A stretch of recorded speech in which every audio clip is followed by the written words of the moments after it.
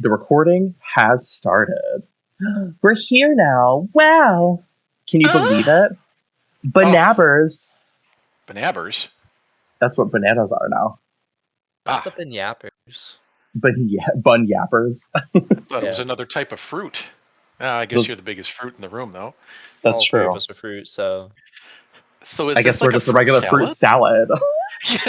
Yeah. yummy. Oh my god, the Wiggles just got shook. The Wiggles are like, wait, we want money too. You're so right. I want you to shake your sillies out.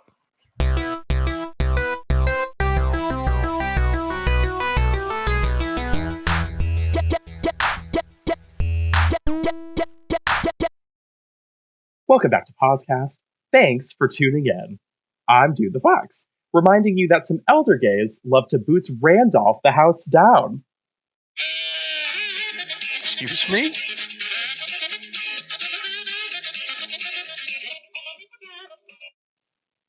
And I'm here with some people who like music. Hi, Damaron. You're lucky I'm deaf. That was loud as fuck. Hi, Ark. Hello. Welcome. Today I tried an old reference, so I hope everybody's proud of me. It was wonderful. Well done. Well, completely Yes. unrelated to everything, today we're going to be talking about dealers' dens. Whoa. You mean consumerism and shopping and stuff? Yes, Oh. that's what we have in store today. So- I thought you were talking about drug dealers. Oh. So, to be No. clear, we mean dealers' dens at furry animal conventions. Oh. Yeah. Not a den for That's- dealers of poker and drugs and other That's what you meant. meddlesome peddling. So, A metal peddler. why don't we start at the very beginning? Do either of you have a favorite convention for dealers' dens in general? So, which convention has your favorite dealers' den?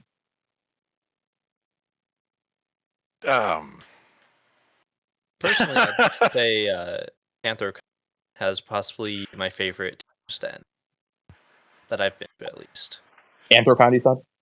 Yeah, it's just a very large area. It's hard to beat it.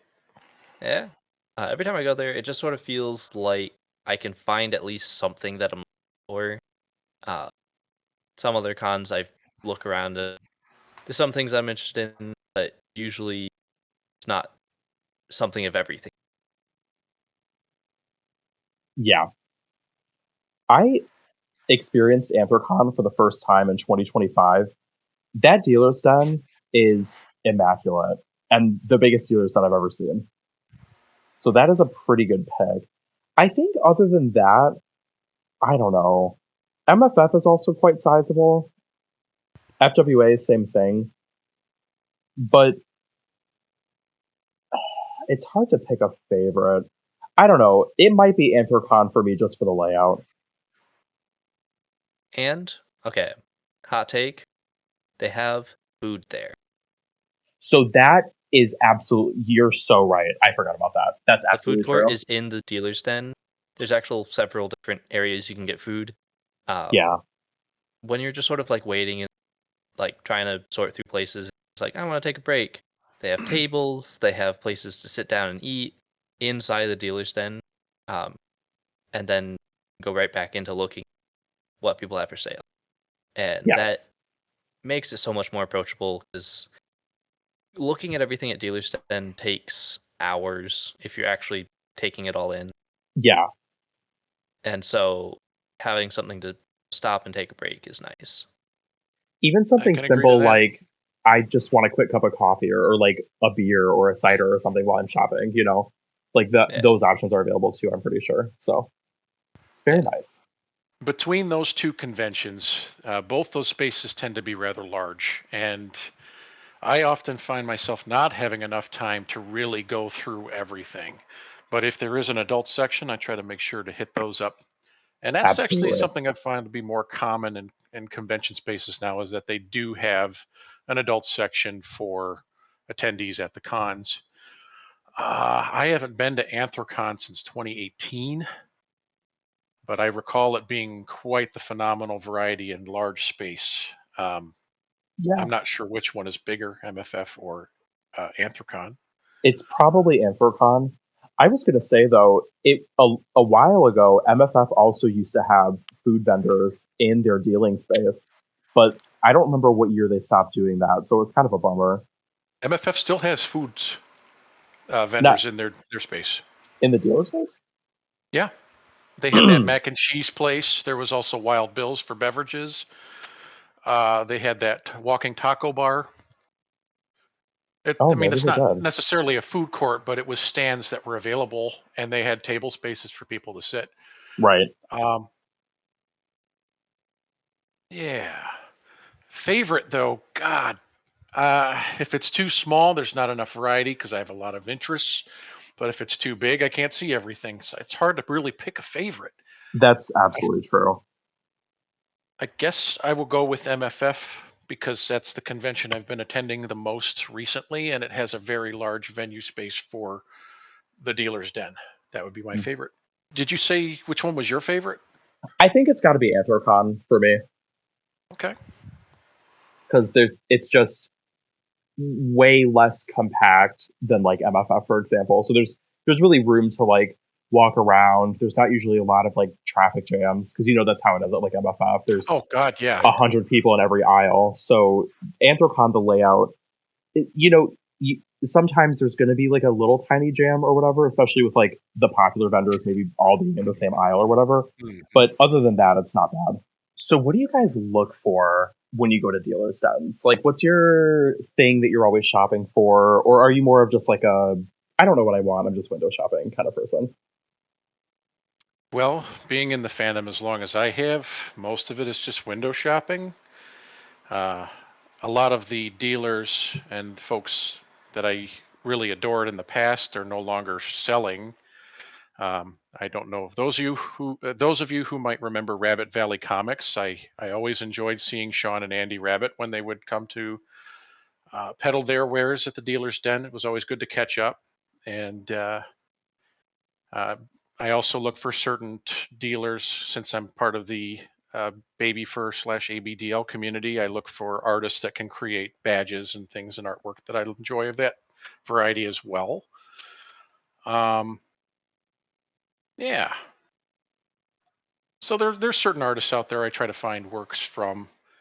Uh, Rookus is another good one. That whole Red Lantern series is a fantastic book series and comic series. Follow through on that stuff. So yeah, that's what I look for. I forgot they had books in dealers done. I normally think of all the art stuff being in the artist alley. Yeah.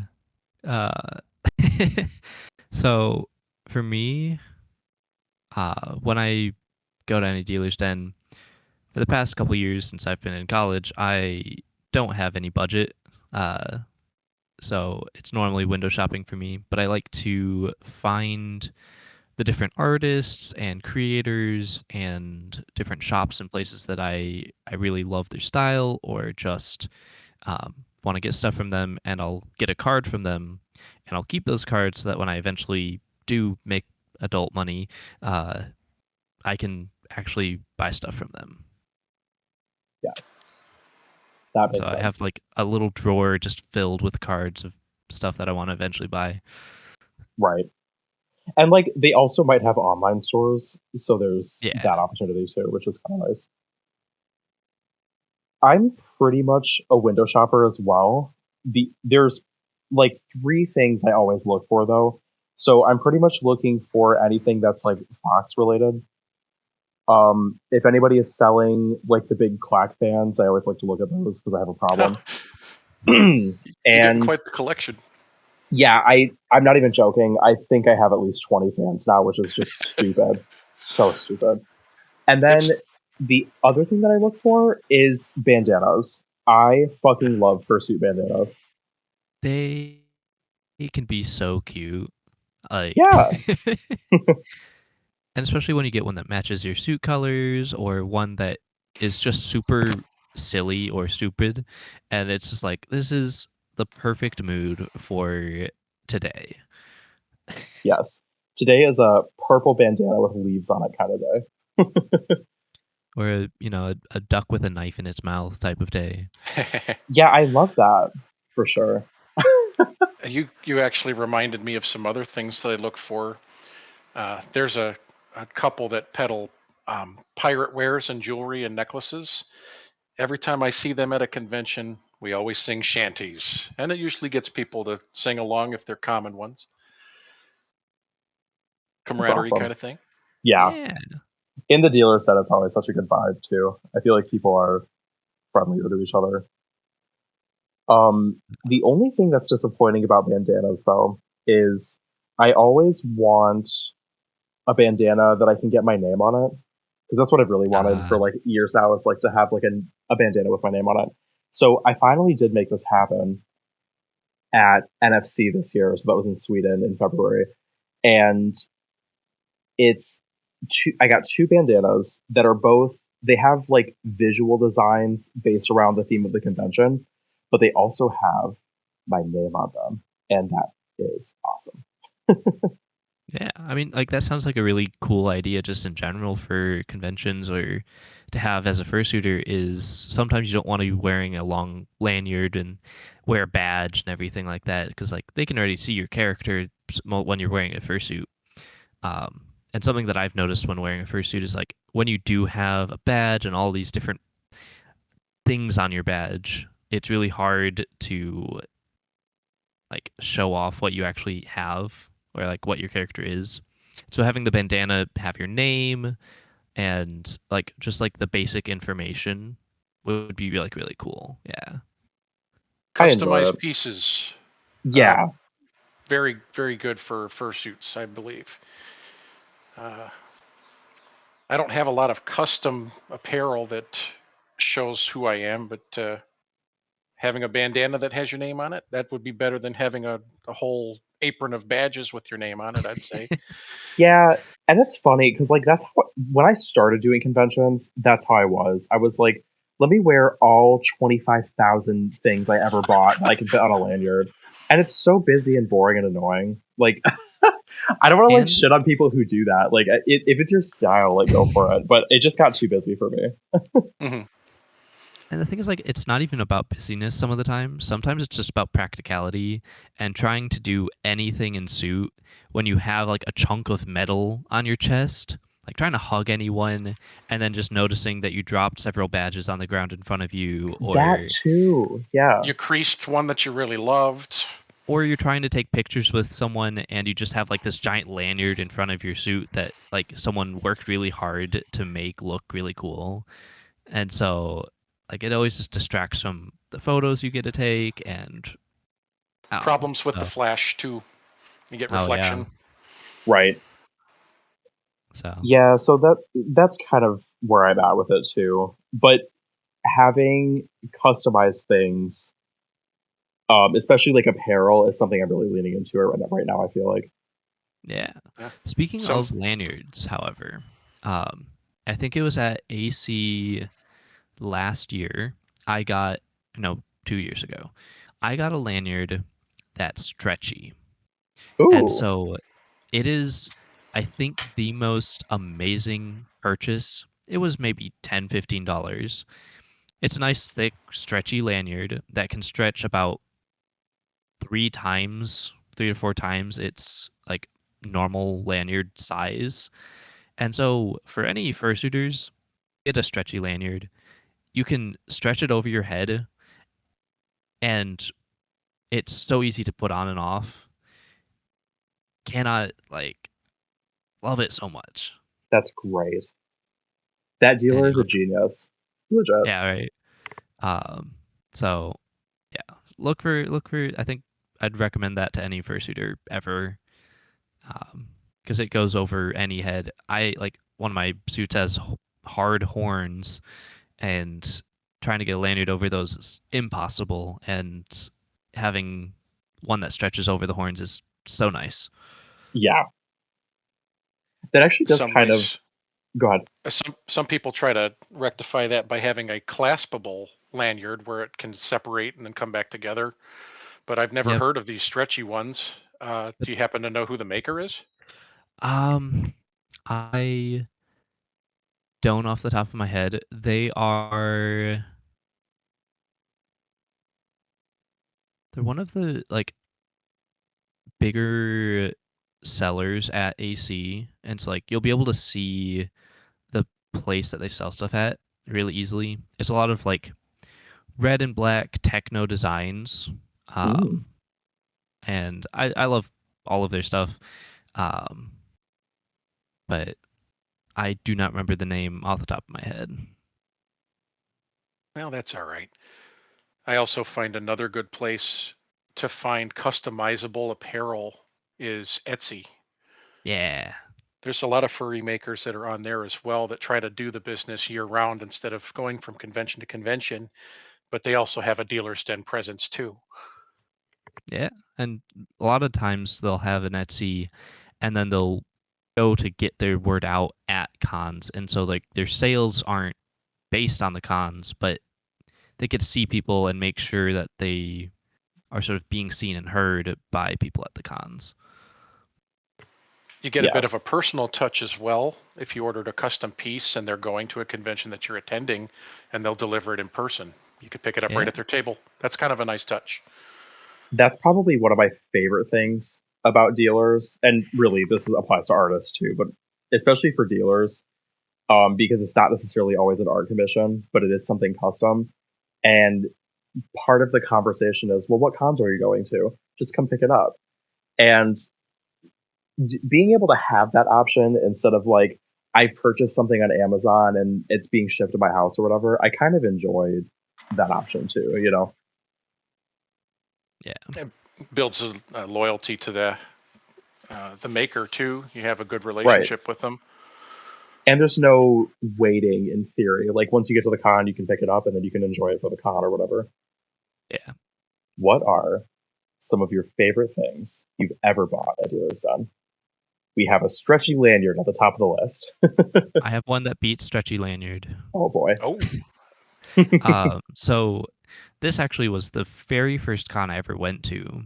I spent pretty much every dollar in my bank account to get my first suit, which was a pre-made at the MFF Dealer's Den. And I don't know what it was about this pre-made.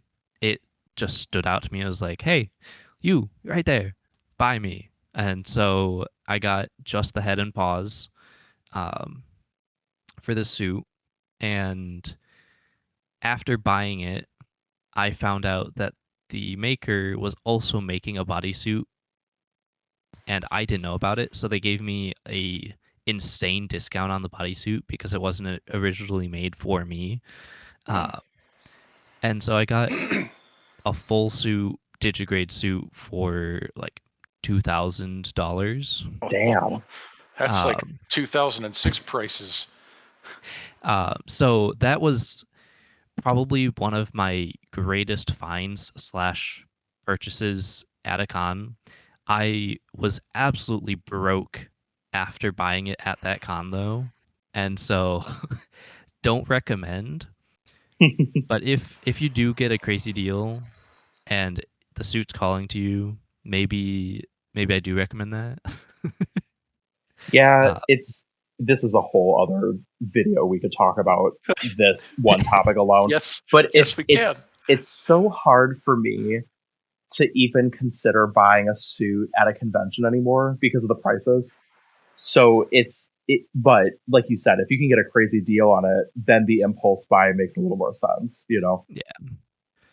I think the head itself was, or like the partial was like 1,200 or 1,500, which is a reasonable price for a partial. But to get the rest of the bodysuit for another 500 on top of that, that was the crazy deal. Right. Now, was this a tailored suit, or did you have to get measured for it, or so like this is it was already made and he adjusted it? Completely pre-made. Okay. I did end up sending a duct tape dummy for the bodysuit, but it still wasn't really. Nothing against them. it wasn't super like tailored to my size because they had almost finished the suit by the time they were doing it for me. And so I ended up tailoring it afterwards, which is how I learned most of my like fursuit making skills, was just Yeah, working on the suit over and over again until it fit me the way I wanted it to. right. Um, and so, yeah, I mean, it's sort of just a crazy coincidence. And for those who don't know, that suit is Light, the orange radioactive tiger.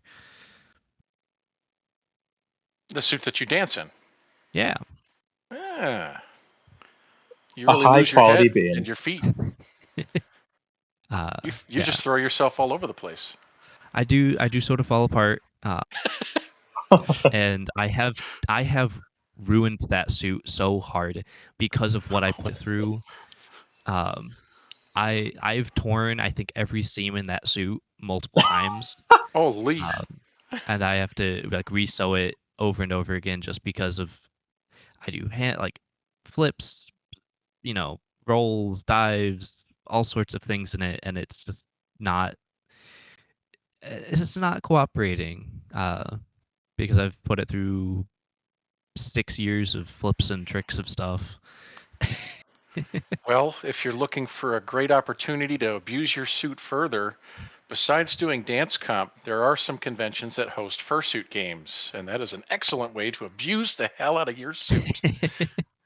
That's Yeah. one pitch for it, sure. It sounds like wreck the dress photos. How brides they only wear their dress once, and then they'll eventually come out and do a wreck the dress photo where they're like jumping in mud or water. Well, Yeah.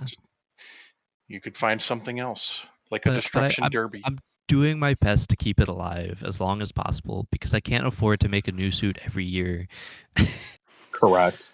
Well, the love shows. You've kept that character alive a long time. What about you, Waf? What are some favorite things you've ever brought at Dealer's Done? Oh, gee.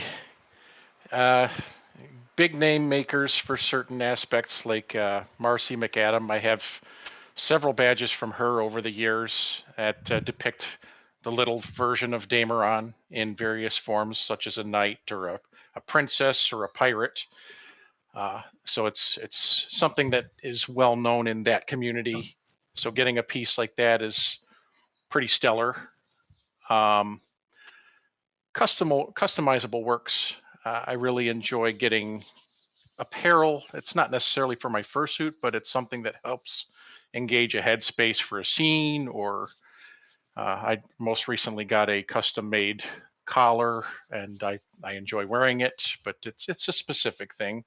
But it brings me happiness to have it and to wear it when I do.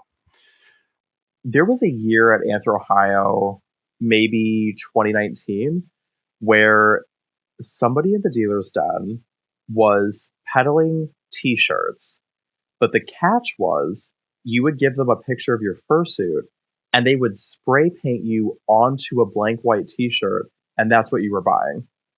And it's one of Oh, my that's favorite actually shirts I cool. own. Yeah. So it's like very graphic, very silly, and then of course they paint your name on it too, but it's all spray paint. So it's one of Yeah. my favorite like graphic style t-shirts that I own. And honestly, it's held up in the wash beautifully. Is this the one that was stylized after your old suit? I've seen this shirt, haven't I? Yeah, you have. No, it was styled after my new suit. Or, Okay. my current 2.0. Right. Some other things that I bought. I'm trying to. I mean, like any of the bandanas I bought, I pretty much am in love with. I mean, I have a list I can go through of stuff that I've bought. I like to say that I'm a window shopper, but I also buy a lot of stuff. Well, you buy the window. Yeah, I know. Yeah, and the kitchen sink, but no, another like really good purchase I made was a cooling vest. That was at AC as well. Yes. Because fun fact, have nearly passed out due to heat exhaustion in suit. And after that, I was like, you know what? I'm going to take a few extra like precautions. And so getting a cooling vest for when I'm just trying to do longer sessions in suit. Cooling vests are really cool. It's a crazy way to put it, but I find them quite chill. Uh, They're the most uh, laid back attire I've ever worn. oh yeah. Um, but genuinely, if you have to go out in like 90 to 100-degree weather in a suit, which like you never have to, but if you're choosing to, say at a con in the middle of the summer, such as AC, and July. you happen to be at a hotel that is a mile from the con center and you walk to the con center in suit, highly recommend wearing a cooling vest. Yes.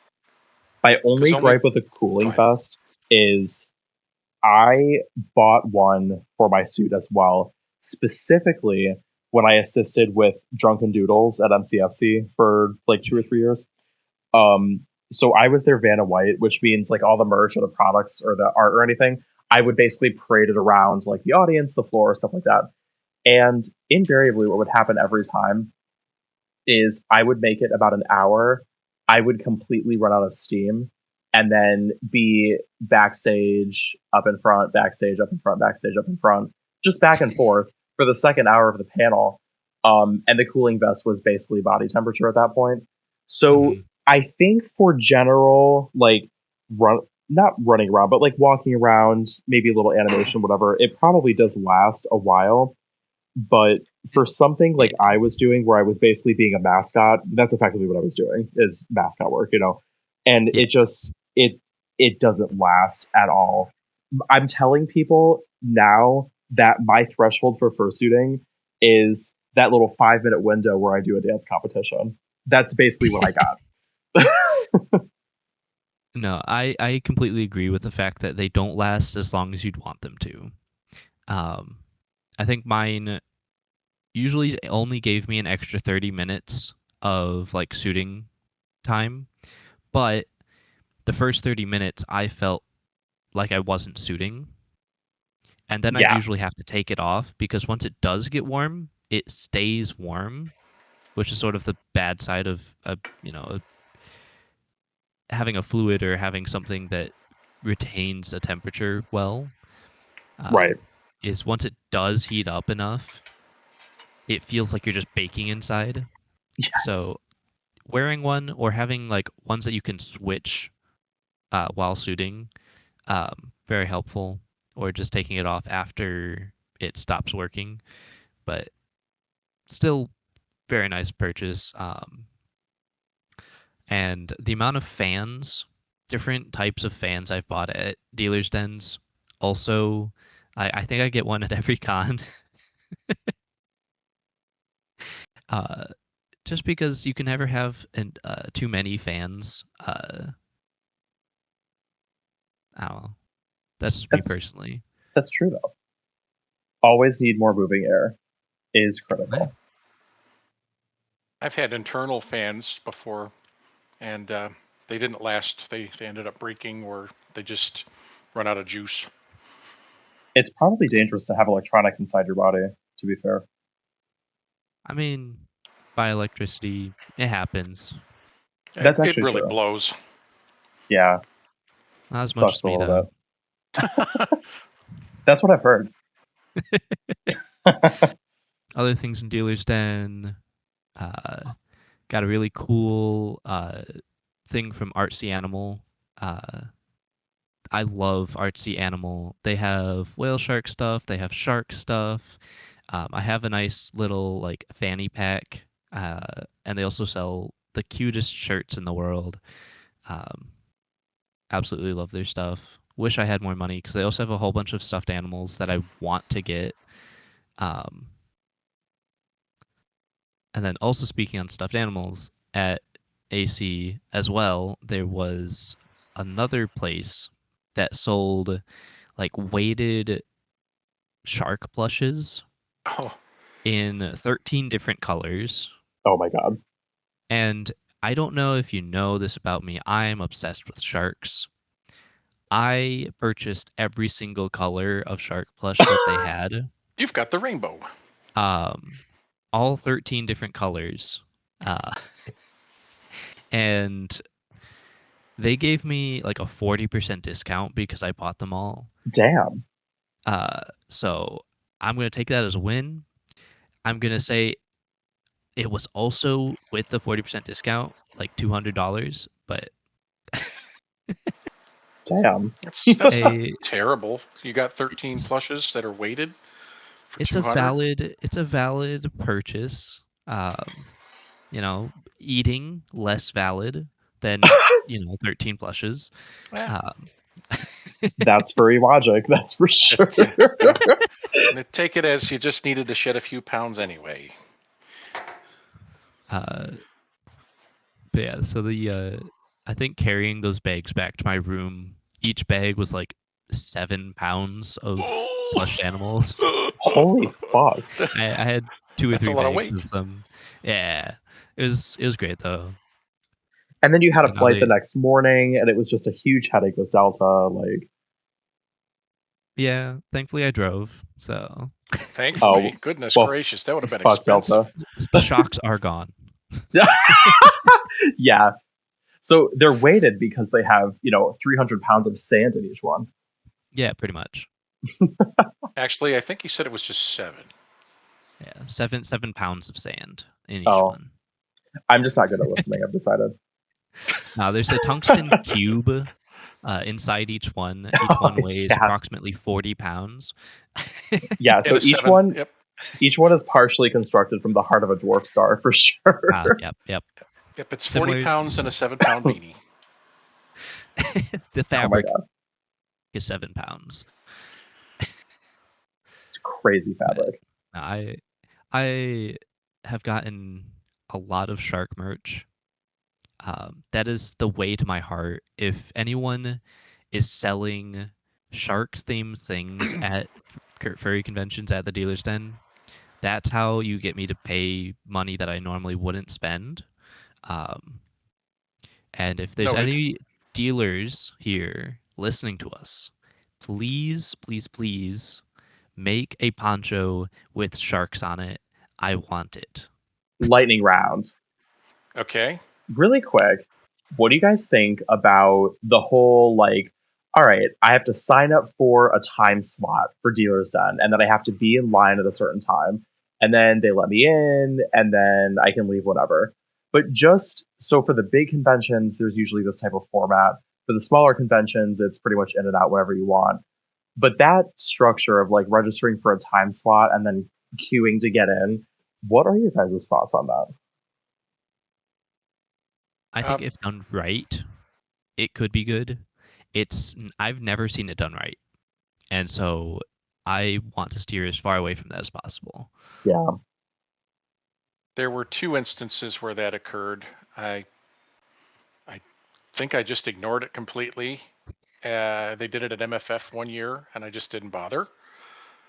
And then there was a after dark, like midnight showcase at, I believe it was Indie FurCon, and they had a big flood of people, so they were doing time slots for entry within 10-minute increments. Right. I don't recall that going too poorly, because if they just let everybody in, it would have been so packed it probably would have been a fire hazard. Yeah. Yeah, I assume that's why that throttling was implemented. For dealers' dens, there's definitely been cases where I see that that's a thing, and I'm like, okay, I'm just not going to dealers at this point because I have other things I want to do, and that feels like a headache. The issue that I have, though, is usually the Friday slots will book immediately, and then that also means that my chance to like have full access to inventory is also gone at that point, because so many things will sell out or just not be available by the time you reach even Friday evening, much less Saturday or Sunday. So I don't know. I'm on the fence about it. I obviously, like, crowd management and public safety is important. As a consumer of furry paraphernalia, it's not my favorite system. Yeah. And so this is something that FWA did last year, was they implemented a virtual queue. Yes. So you could sort of like be waiting in line without being in the line. Which Right. concept, amazing concept. In practice, it wasn't properly described to the volunteers. It wasn't properly described to the people like in the con. There just wasn't enough communication. And they've been a lot better about communicating stuff this year so far in volunteer staff like chats and everything. But there's enough of the people going to the con that just didn't care, and so they would just go to the line and line up anyway. And so there'd be a confusion of, if there's people standing in a virtual line, do they get precedence over those in a physical line? Right. And like, where do you draw that line in the real world? I think my stance on it is similar to Doon's. I just rather not bother. There's other things I could be getting up to if it's that kind of a headache. Yeah. And that's sort of how it ended up, as people just waited until there wasn't a line. Yeah. I think my other feeling on it, though, is I'm really not like religiously shopping certain dealers, or like I don't go to every dealer's den feeling like I have to buy something necessarily. So Yeah. if I'm not looking for, so in the moment on a whim, if I'm looking for something specific, it's like, okay, well, maybe I'll put up with it this one time just to look for certain things or whatever. But usually I've just, I peruse it. I don't buy anything. So now if there's like a whole queue system, it's like, all right, well, people, especially in masses, are invariably stupid as hell. And I just don't want to deal with that. Rewind to your first or second question about which convention is your favorite dealer's den. I'm thinking about it now. The ones that have smaller dealer dens are my favorite because I'm less likely to buy something, and it saves me money. Yeah, but even then, it's also easier because there's no queue system. The smaller cons, you can just walk in typically. And I actually find sometimes they have really good selection, even if it's smaller. Yeah. Because there's not so much redundancy.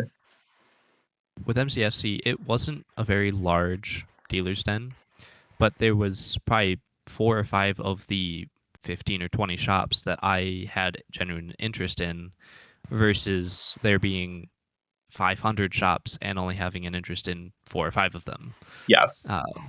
And so definitely like higher on average quality, but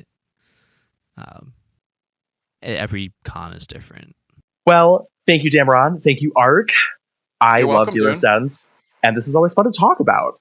That is it from us regarding dealer's dens. What is your favorite dealer's den? Or what do you always like to shop for in the den of the dealers?